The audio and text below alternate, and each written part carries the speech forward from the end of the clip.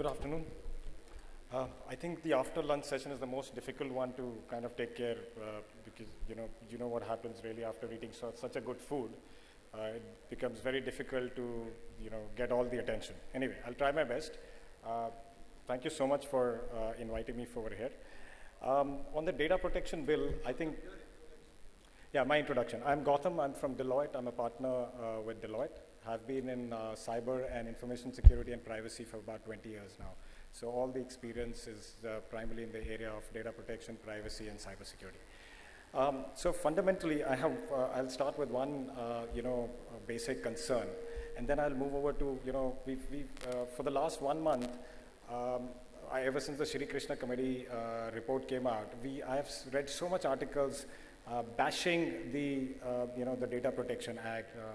It's so such and such things is not there. It requires this much, or it requires more of this. I will just maybe take a minute to talk about what is the good about Data Protection Act, and then move on to what I think is potentially needed more in the Protection Act. So first, I think this act is very important for India as an industry. We never had a Privacy Act. We never had a Data Protection Act, so this fills that gap. It is required for the industry. It is required for cross-border transactions. I have a lot of clients who sit in Europe and US. We are not concerned as a safe haven for sending data for processing. A lot of our industries are back-end service-oriented industries, and they process a lot of data of EU or even US citizens. It's important that this act fills that gap. It's important that we get the credibility that India as a nation has a Privacy Act, has a Data Protection Act. Therefore, no matter what we say in terms of various elements of the act, I have seen that no law or act has ever been 100% appropriate. There's always been gaps here and there. I think it's important that we get this act through. As civil society, as members, it's important that we get this passed in the parliament as soon as possible. And we take it on from there. The other good thing about the act is this constitution of the DPA. I like the point that there is a regulator. I think the concept of self-regulation doesn't work in India, and that's just the nature of the industry where we are. So it's important to have the DPA. What rights the DPA has, how will it operate, that is debatable. I have reservations around some of it. For example, it says you need to take a permission before you need to start doing data processing. Now that's going back to the license routes probably, not really required. So it needs to have a good authority, but not to the extent that it is curbing setting up of the industry. The other elements in the Data Privacy Act are also very relevant. I think we've talked about data localization in the last panel. There's also about definition of how sensitive personal data needs to be, or critical personal data needs to be stored only in India. I think the government has reasons for doing that. The RBI came up with a similar set of requirements for payments related transactions. And I think they have a valid concern.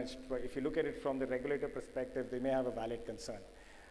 Therefore, while the localization, I am personally not very in favor, because I think it is going to stifle a bit of innovation. And with all the futuristic models of industry going into the cloud, it becomes very difficult to kind of say where my data is. And therefore, it may stifle a bit of the innovation over there. But there are merits in having a local data as well. The other element which I think the government wanted to probably take care of with data localization was that I will catch criminals by having the data here. Now that's not going to happen, because cyber criminals are all over the place, right? And it's they will be able to attack the data irrespective of the location, whether that is in India or whether that is anywhere. So that's another element. Penalties. I think we talked about penalties. It's important to have penalties so that there is always a fear of the law. But at the same time, I think let's look at some innovative model or positive affirmation models which we haven't really practiced. I would like to propose that just the way you have penalties, you should have incentives, right? So if some industry or some entity is doing good, let there be a scoring system. Let there be maybe a trust score or a privacy score. If that entity has a good privacy score or a trust score, let's give them incentive. Let's say we will give you 2% concession on tax, or some concession on cess. That motivates people to be at the top of the game. While penalties help, I think incentives also motivates industries to do better. Last but not the least, futuristic. I think a lot of the future technologies have been missed out. Yes, my friend here mentioned about encryption. That's definitely one area which I also feel has been missed out in the Act. There are other futuristic technology like machine learning and artificial intelligence, blockchain. We don't know how the new paradigm model would be of the industry in the future. And that's also not been addressed in the Act in any way.